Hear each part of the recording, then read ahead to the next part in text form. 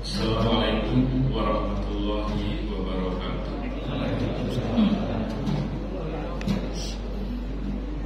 Alhamdulillahilladzi hadana li hadza wa ma kunna linahtadiya laula an hadana Allah. Asyhadu an la ilaha illallah wa asyhadu anna Muhammadan abduhu wa rasuluh la nabiyya ba'da. Allahumma sholli wa sallim ala nabiyyina Muhammad wa ala alihi wa ashabihi wa man tabi'ahu ila yaumil qiyamah. Yang saya hormati Bapak Ketua Takmir Masjid Al-Tohar, alhamdulillah beliau hadir dan sehat. Yang saya hormati Bapak-bapak para ulama, Ustaz, Imam tadi, ngaji. Tidak ketemu. Beliau mapang saya itu dari jalur istri.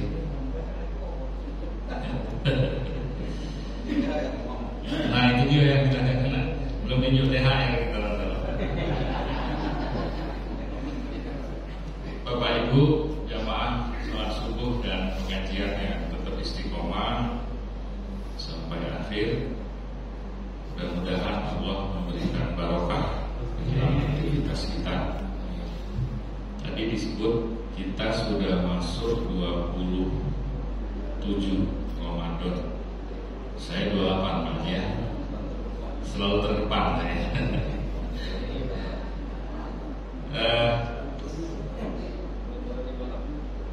Lebarannya insya Allah sama. Jadi tahun ini yang berbeda, awal puasa, Idul Fitrinya sama.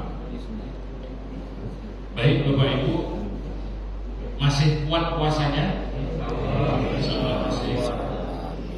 Saya kalau melihat fenomena puasanya orang Indonesia, Bapak Ibu, sangat memaklumi secara pribadi ya. Kenapa?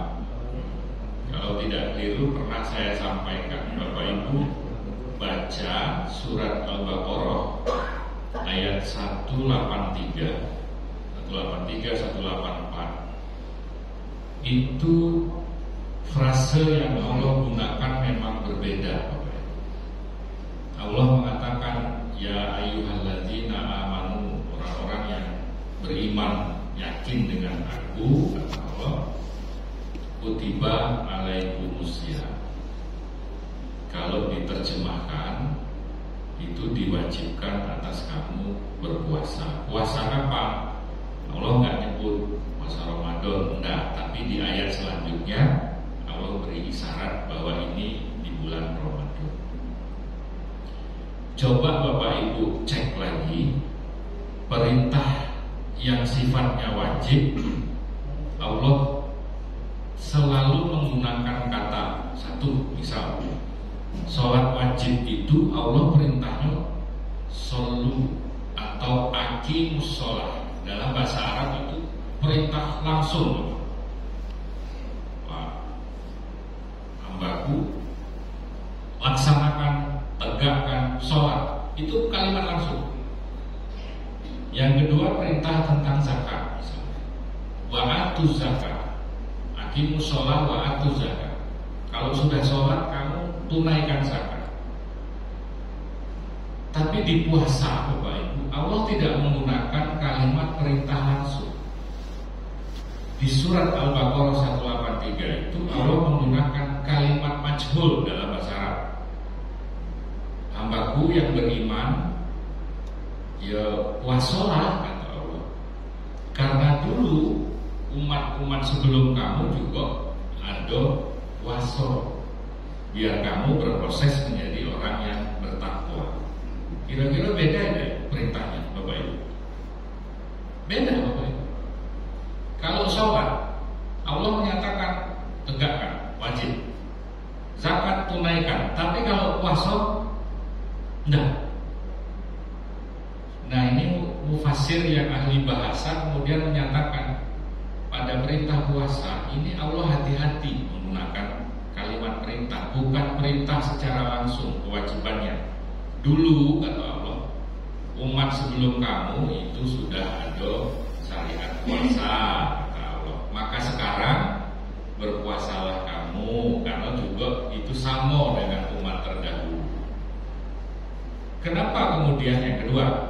Dia tidak secara langsung. Yang kedua, puasa itu Bapak Ibu syariat yang paling tidak disukai oleh umat-umat terdahulu. Saya kasih contoh seperti ini. Umatnya Nabi Isa alaihi salam itu ada puasa 40 hari. Kalau kita 29. Umat terdahulu yang Nabi Isa tadi puasanya 40 hari, tapi dirubah oleh ulamanya. Apa contohnya? Puasanya tidak makannya bukan cakito. Puasa yang sekarang umat Nasrani itu Katolik itu puasanya menahan dari sesuatu untuk tidak melakukan yang paling dia suka. Misalnya ini, yang paling Bapak Ibu suka apa? Yang paling suka dalam kehidupan sehari-hari? Makan pempek lah misalnya. Maka selama 40 hari tidak makan pempek. Jadi kalau udah lama pindah agama apa? Yang paling disuka oleh ibu-ibu nonton sinetron misalnya. Maka selama 40 hari tidak nonton sinetron. Tapi untuk umat Islam kata Allah, karena ini berat, maka frase perintahnya bukan wasolat kutiba alaikumusiyam. Pun di surat selanjutnya ayat 184 Allah masih nunjuk keringanan. Wa in kuntum maridun ayyaman ma'dudat. Awal puasa itu hari tertentu, hitungannya pasti. Kalau kamu sakit atau kamu dalam perjalanan, kamu boleh ganti di hari yang lain. Atau kalau kamu tidak sanggup niat, fafidyatu ta'amu miskin. Enak kan Bapak Ibu? Kalau kamu tidak sanggup, kamu boleh mengganti di hari yang lain. Pun kalau kamu tidak sanggup, sudah uzur, bayar fidyah. Kalau kamu nggak sanggup bayar fidyah, kata Nabi, aku yang menjui kamu makanan. Sudah miskin, tidak sanggup puasa, masih kata Allah, kata Rasul ini, ya sudah, aku menjui kamu. Kalau kamu tidak sanggup puasa, tidak sanggup bayar fidyah, tidak sanggup. Cuman sanggup dalam puasa ini. Sanggup dalam arti cuman berat Bapak Ibu. Kenapa berat? Ini ada hadis menarik Bapak Ibu yang diriwayatkan oleh Imam Ahmad dan Ibnu Majah. Hadisnya panjang. Saya bacakan poinnya saja. Anna rajulain min Baliin qadima ala Rasulillah sallallahu alaihi wasallam wa kana islamuhuma jami'an. Dulu zaman Rasulullah masih hidup, ada dua orang Yahudi dari desa Bali itu menghadap Rasulullah dan menyatakan, ya Rasul, kami mau masuk Islam, memeluk agama, meyakini agama Islam. Dua orang bersaudara. Fakana ahaduhuma asyaddu ijtihadan minal akhar. Dua beradik ini, yang kakaknya ini setelah menyatakan diri masuk Islam, ibadahnya luar biasa kencang. Syahadat, belajar baca Quran, sholat, puasa, segala macam. Fawazal mujtahidu minhuma fastushida. Kakaknya yang ibadahnya lebih kencang dibanding adiknya ini, kata Rasul, itu ikut perang dan syahid dalam perang itu. Adiknya summa makasal akhar ba'dahu sanatan summa tufiya. Setelah perang kakaknya meninggal, syahid, setahun kemudian adiknya masih hidup, dan di setahun itu adiknya ibadahnya biasa saja, sholat wajib, puasa. Kemudian sahabat ada yang bernama Thalhah ibnu Ubaidillah. Fara'aitu fil manam baina ana inda babil jannah idza ana bihima. Saya bermimpi, sahabat Thalhah bin Ubaidillah bercerita kepada kawannya, aku semalam bermimpi bertemu dengan dua orang yang Yahudi tadi masuk Islam. Jadi orang Yahudi itu yang masuk Islam, yang beragama Islam banyak. Kemudian dalam mimpiku itu aku bertemu dengan dua orang itu di depan pintu surga. Ini menarik. Inda babil jannah idza ana bihima fa kharaja kharijun minal jannah fa azina lillazi tuwfiyal akhirah min rumah. Malaikat penghuni penjaga surga itu berhadapan dengan dua orang ini, dua beradik yang masuk Islam tadi. Kira-kira Bapak Ibu, yang disuruh duluan masuk surga yang mati syahid perang atau adiknya?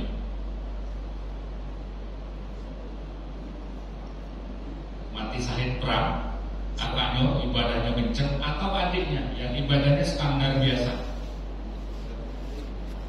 Logika kita mengatakan yang disuruh duluan masuk surga adalah yang mati syahid. Kata sahabat Thalhah, summa kharaja fa'adina lilladzi ustushida. Yang disuruh duluan masuk surga adalah fa'adina lilladzi tuwfiyal akhir minhuma. Justru adiknya yang ibadahnya sedang-sedang saja, hidupnya lebih panjang, suruh masuk dulu. Logika kita mengatakan ini yang suruh duluan masuk surga adalah yang mati syahid di perang. Kemudian diantarkan ke surga, keluar lagi malaikat itu, baru kemudian kakaknya yang sudah nunggu tadi diajak lagi masuk surga. Kau duluan adik kau baru kuantar ke malaikat. Bapak Ibu pilih yang mana? Yang masuk duluan atau yang terakhir masuk surga? Summa raja'a ilayya faqala irji fa innaka lam ya'ti laka. Sahabat Thalhah tadi datang malaikat lagi, dia ngomong kepada sahabat Thalhah, kau baliklah ke dunia karena hidupmu bagianmu belum saat ini. Ibu tahu mati suri? Sahabat Thalhah ini mati suri. Kata malaikat, Thalhah, kau ngaku kesini, baliklah kau ke dunia karena jatahmu belum di sini. Jatahmu masih hidup di dunia. Itu yang sering kita pengalaman orang mati suri. Mati suri sudah ada sejak lama. Kemudian fa'asbaha Thalhah yuhaddisu bihin nas fa'ajibu lizalika. Begitu bangun, sahabat Thalhah tadi langsung memanggil sahabat-sahabatnya, cerita yang masalah itu. Iyo ya, kata sahabat, yang dua beradik orang Yahudi masuk Islam itu, si kok mati duluan di perang Makmur, yang adiknya setahun kemudian baru wafat. Tapi kenapa yang disuruh masuk surga yang adiknya, yang ibadahnya tidak lebih bagus ketimbang kakak? Kemudian faqala dzalika ila Rasulillah, diceritakan kepada Rasul, ya Rasul, aku semalam ini mimpi, cerita itu. Kemudian kata Rasulullah, yang kamu takjubkan apa? Kata Rasul. Yang apa? Kata sahabat, justru adiknya yang masuk duluan. Kata Rasul, adiknya. Faqala Rasulullah sallallahu alaihi wasallam, alaisa qad maka sahada ba'dahu sanata. Qalu bala wa adraka ramadhana fa shamahu wa shalla kadza wa kadza min sajdatin fis sana. Kata Rasul, tadi ibadahnya bagus, mati syahid, insya Allah masuk surga.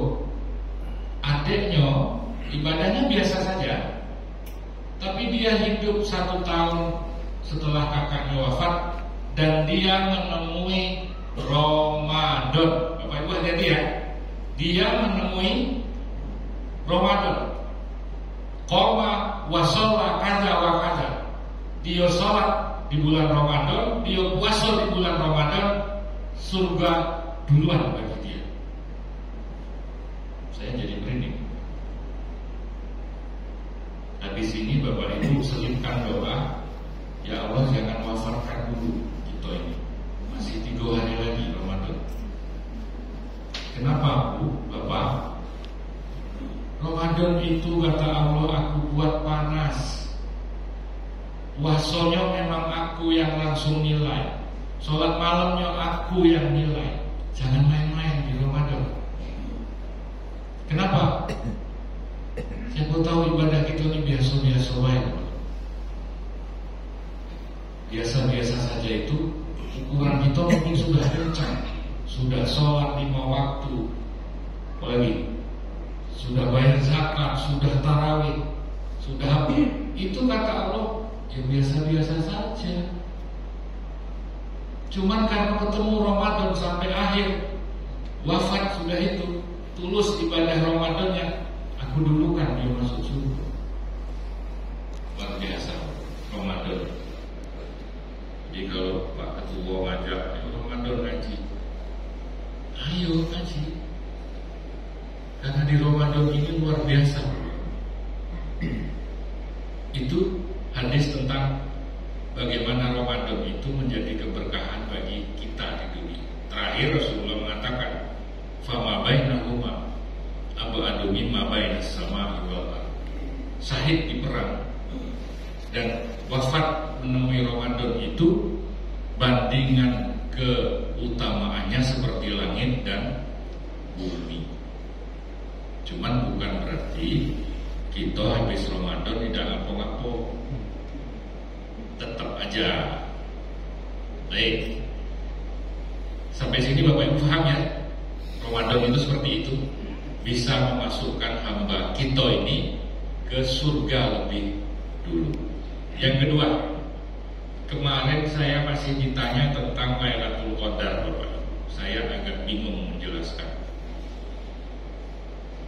Ada hadis yang Bapak Ibu cenderung semangat, kata Rasul, taharau Lailatul Qadri min asril awakhir min al-witri min Ramadan. Cari, bersemangatlah kamu mencarinya di 10 akhir di malam ganjil bulan Ramadan. Ada iktikaf Bapak. Tahu ya? Iktikafnya 10 malam terakhir atau dari pertama? 10 malam terakhir.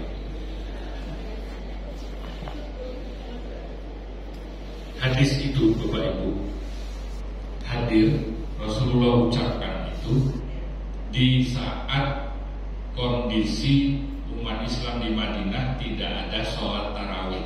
Bapak Ibu tahu ya? Zaman Rasul puasa di syariat puasa itu diwajibkan, ada tidak sholat habis sisa tarawih? Tidak ada.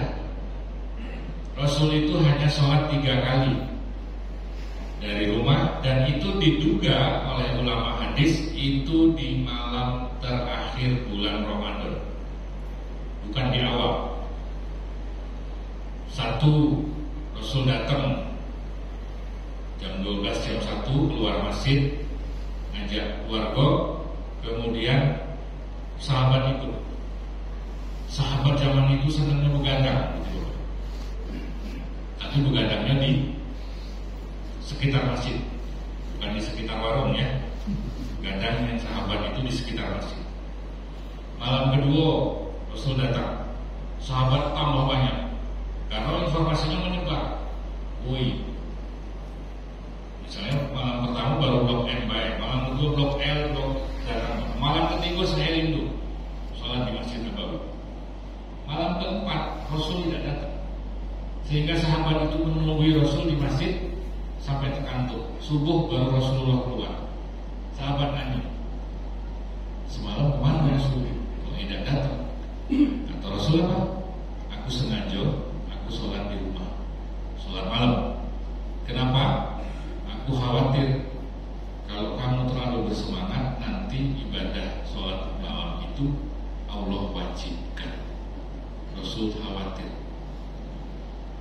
Sampai Rasul wafat, sampai sebelum wafat, itu tidak ada tarawih berjamaah. Ingat ya, sampai Rasulullah wafat itu tidak ada habis Isya tarawih di masjid berjamaah di bulan Ramadan. Tapi sahabat kemudian nanya, ya Rasul, yang kamu cerita Lailatul Qadar itu mana? Kata Nabi, aku dijuk tahu waktu Isra, waktu Mi'raj. Tapi begitu turun dari atas, memori dihapus. Itu yang kedua, ada sahabat nanya, Rasul, Lailatul Qadar itu turun apa? Diceritakan itu di Quran. Syahrul Ramadan alladzi unzila fihi al-Qur'an hudal linnas wa bayyinatin minal huda wal furqan. Kata Nabi, Syahrul Ramadan itu turun Quran. Kapan? Tanggal berapa Rasul? Maka Allah menjelaskan di surat yang lain, Yaumal taqal jam'an, bertemunya dua kekuatan besar. Kapan itu Bapak Ibu? Kalau diduga bertemunya dua perang paling besar itu adalah perang Badar. Perang Badar itu dimulai 9 Ramadan sampai 17 atau 19 Ramadan. Maka kata ulama, bisa jadi Quran itu, Lailatul Qadar itu turun di tanggal itu. Berarti pertengahan ya Rasul. Iya, Rasul. Karena Rasul sendiri tidak tahu pastinya. Nah, terakhir itu, Bapak Ibu, hadis itu terakhir itu, ya Rasul, Pak Manu udah ganti tanggal-tanggal Lailatul Qadar itu. Oh Pak, tanya, mana Pak Ketua? Belum ada tanggal-tanggal Lailatul Qadar. Sama zaman dulu sahabat itu juga pengennya Lailatul Qadar itu nak dijingok langsung. Ada pelaku bersujud lagi tahun Pak. Lagi kalau saya di Martapura dulu banyak ada yang cerita jam 2, jam 3 mandi ke sungai, batang rengas itu bersujud di bulan puasa. Kenapa? Itu bisa jadi Lailatul Qadar. Sahabat zaman Nabi juga pengen jingoknya cuma itu. Ada keanehan kan? Padahal Rasul tidak pernah cerita itu. Sehingga kata Rasul, kalau kamu belum ketemu, kalau kamu nak niat, tidak mantap niat bahwa Lailatul Qadar itu sudah ada di awal, apa di tengah, ya sudah kata Nabi, carilah di 10 akhir bulan Ramadan. Maka gerakannya adalah gerakan iktikaf 10 hari terakhir. Zaman berubah Bapak Ibu. Di zaman Khalifah Abu Bakar belum ada juga tarawih berjamaah. Catatan satu-satunya yang hadir itu di kitab Al-Muwatta'nya Imam Malik mengatakan Sayyidina Umar bin Khattab begitu beliau jadi khalifah itu mengumpulkan, karena sholat di sana kantor Sayyidina Umar, ya tamim Andari itu kau kumpulkan sahabat itu untuk sholat yang mulai di bulan Ramadan. Sejak saat itulah Bapak Ibu, yang namanya sholat malam, sholat tarawih bahasa kita itu terjadi secara berjamaah. Di zaman Sayyidina Abu Bakar belum. Sayyidina Abu Bakar itu saya pernah sampaikan, habis Isya sholat witir, tidur jam 2 bangun baru sholat. Sayyidina Umar beda, orangnya gagah, habis Isya tidak tidur, begadang. Maka dilihatnya sahabat sudah mau dikumpulkan sampai hari ini. Berapa rakaat yang Sayyidina Umar lakukan? Di catatan itu 20 plus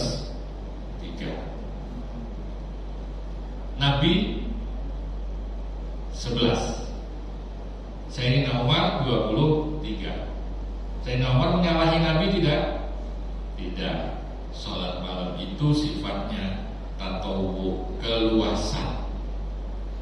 Di Indonesia mazhab Syafi'i hadir 20 plus 3. Cuman rasanya berat. Jadi kata ulama mazhab Syafi'i Indonesia, di diskon baiklah dari 20 plus 3 menjadi 8 plus 3.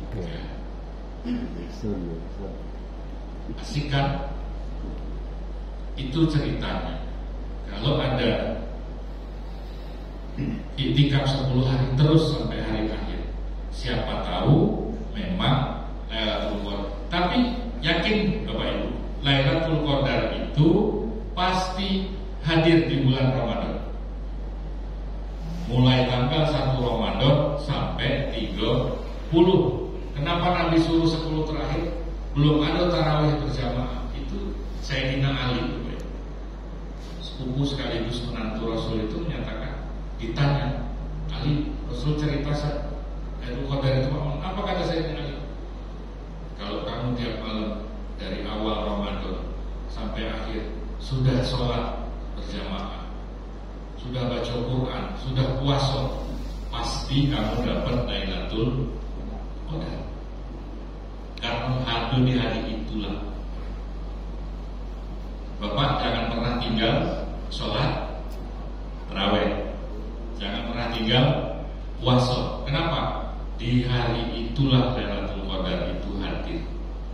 Jangan kita tidak puasa, sekali-sekali tidak tarawih, sekali-sekali tidak puasa. Tuh Lailatul Qadar di hari yang kita tidak puasa. Urung surga tadi kata Allah. Ramadan bisa menjadikan seseorang, bisa menjadikan hamba masuk surga duluan karena saking ikhlasnya. Kenapa? Balik lagi ke awal, karena Ramadan itu memang berat. Hadis kedua, ini hadis qudsi. Uhibbu salasan wa hubbi li salasin asyaddu. Kata Allah, Muhammad, aku itu suka, aku itu cinta dengan 3 hal.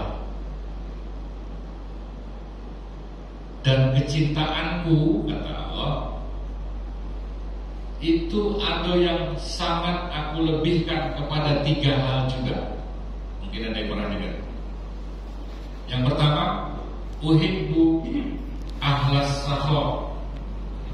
Aku suka cinta pada hambaku yang kaya dan pemurah. Kaya pemurah tuh kaya tapi dermawan, kan? Miliuner, jutawan, tapi dermawannya luar biasa. Wa hubbi lil fakir sakhi asyad.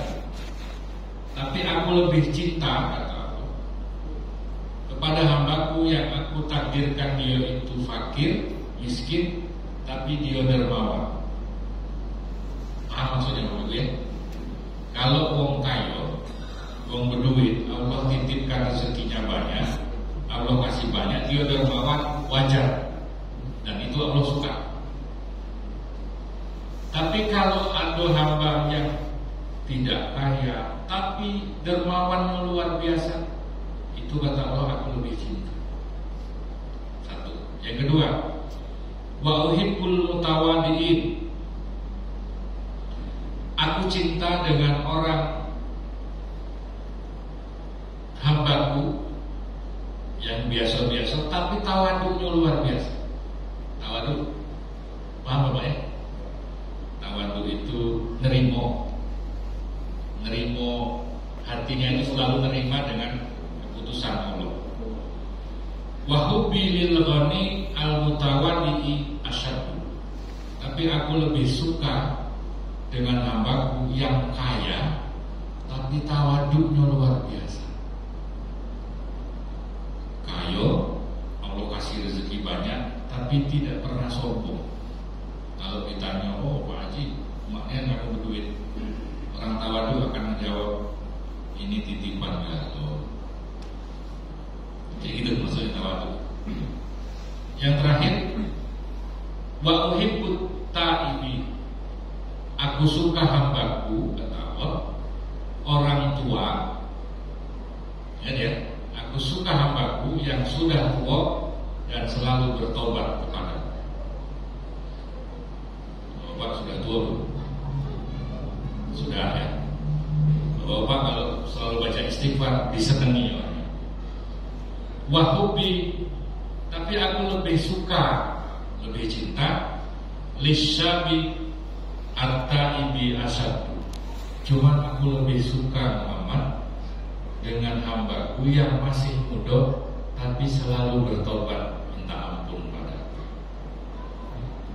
Kenapa? Ya sudah tua Pak, mengenai istighfar mampu lagi. Allah senang.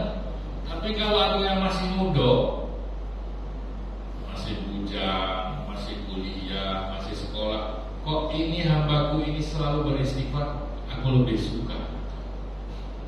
Bahwa bisa menempatkan diri pada posisi yang mana, kaya dermawan atau miskin dermawan, kaya tawadhu atau miskin tawadhu, sudah itu tua istighfar atau muda istighfar.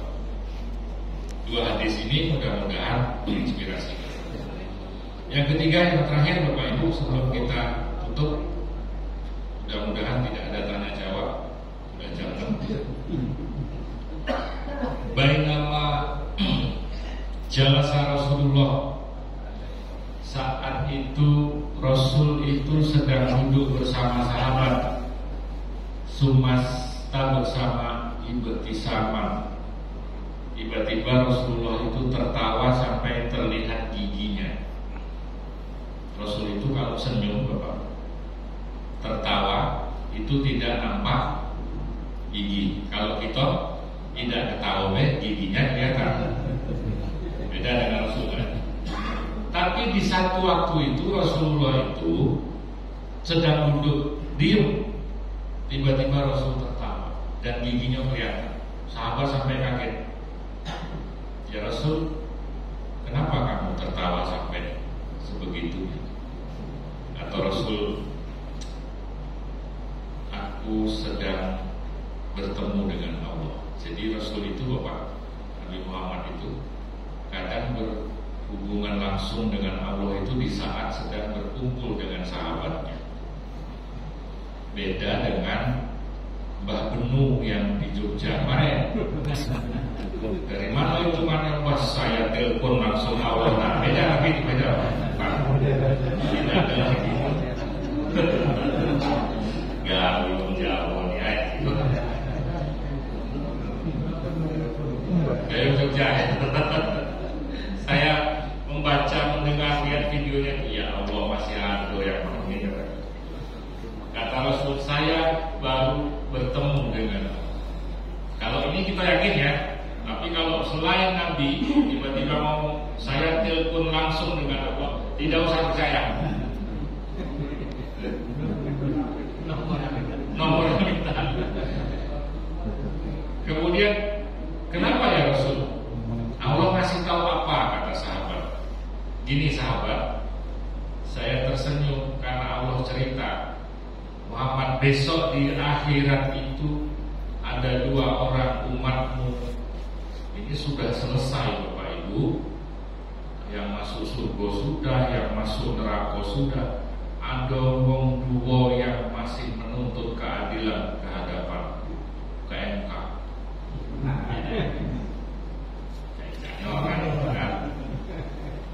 Ya Rasulullah, pokoknya enggak wong blok M, wong blok O ini. Sedikit wong blok P lah kan. Dua orang ini Muhammad membuatku tersenyum. Minta keadilan itu semua sudah diputuskan kecuali dua umatmu. Baru Allah cerita. Yang satu itu mengadukan kepada Allah secara langsung tentang saudaranya. Ya Allah, aku mau mengadu padamu atau mau yang tinggal di Blok P ini waktu di dunia menzolimi saya. Belum selesai, belum apa-apa itu. Jadi selama di dunia kemarin tidak sempat ada kata maaf, sekarang baru aku nak nuntut keadilan. Kata Allah, kau diapokan sama dulur kau yang Blok P ini kan. Biar gampang aja. Kata yang Blok M ini, dia waktu di dunia ya Allah pernah ngejek aku di depan umpanya. Akhirnya ya sudah, kata Allah, kamu mau minta hak apa, mau minta tebusan apa terhadap kesalahannya? Kata yang Blok M, saya mau, karena waktu itu aku sabar, aku tidak balas, cuma aku pendam ya Allah, aku minta pahalanya dilimpahkan kepada saya. Allah tanya kepada malaikat coba cek Blok B ini ada tidak pahalanya. Buka buku catatan. Ya Allah, tidak hati amalnya. Tidak ada ya Allah. Bingunglah ya Blok M ini. Jadi mana ya Allah? Ya terserah kamu, tidak hati dibaikan. Kalau Pak itu ya Allah, dosaku munculkan dia. Kan gitu baliknya. Kata Allah, jangan main itu. Penduduk Blok M, jangan main itu ya. Sekarang bayangkan kalau dosa dia ditimpokan ke kamu. Iya juga. Tiba-tiba waktu cerita tentang pelimpahan dosa itu, Rasulullah yang tadinya tersenyum menangis. Kenapa ya Rasul kau menangis? Kata sahabat. Kata Rasul, aku tuh heran dengan umatku yang masih itu. Ngapa tidak diselesaikan di dunia, memaafkan itu, sehingga tidak menjadi beban di hari akhir saling timpo dosa itu tadi. Rasul menangis. Blok M sama Blok P ini aku, kata Rasul. Icak Bapak. Icak itu cuma hadisnya benar ini hadisnya. Kata Allah, Pak ini, coba kau toleh ke kanan. Maka yang Blok M tadi menoleh ke kanan. Kata Rasul, begitu noleh ke kanan, di situ ada istana terbuat dari emas, ada kolam renang yang airnya luar biasa jernih, ada pempek paling mahal di situ. Gak boleh nih Pak. Ada duku komplek di situ, sampai mungkin hilang Blok ini. Tanya kepada Allah, ya Allah itu untuk siapa? Untuk nabimu siapa? Adil. Untuk suhadamu di perang mana? Adil. Ditanya sekali lagi ya, kampung Blok ini nanya, ya Allah, untuk ulama yang malah ngajar ngaji dari mana? Tidak ada, kata Allah. Itu aku persembahkan untuk hambaku yang sanggup bayar masuk ke situ.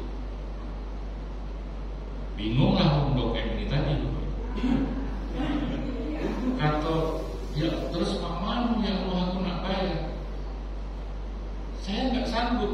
Saya nggak punya amal ibadah yang sanggup membayar harga yang sedemikian mahal. Kata Allah, karena aku ngomong, ini bukan untuk siapa-siapa, bukan untuk yang amal ibadahnya banyak. Ini untuk orang yang bisa mengikhlaskan orang lain. Terus bagaimana aku ya Allah? Kau dizolimi oleh dulur kau Blok B. Dia nak pahala dan ditransfer KT pahala. Kau ngomong dosa kau disahut, kau juga tak galak menerima dosa dari orang lainnya. Kamu juga zalimi dia. Terus mana ya Allah? Kamu punya satu kesempatan masuk ke situ gratis. Syaratnya satu. Tahu apa ya? Ajak Blok B dulur kau tadi gandeng masuk di surga gratis, kau masuk surga. Di akhir Ramadan Bapak Ibu, Pak Subar, Mbak Pak Edi, Pak Ketua, saya pribadi minta maaf. Jangan diselesaikan di akhirat kalau ada usaha ya.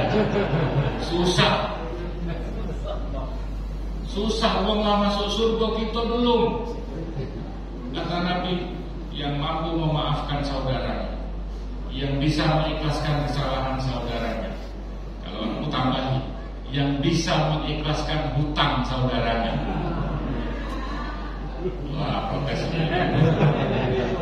Mudah-mudahan kita, kalaupun amal ibadah kita tidak pacak membeli surga tadi, bayar surga, minimal syafaat Bapak Ibu bisa saya terima.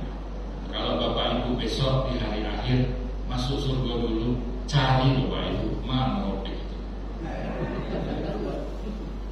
Ada Tuhan cari saya ya. Mudah-mudahan Allah terima Ramadan kita.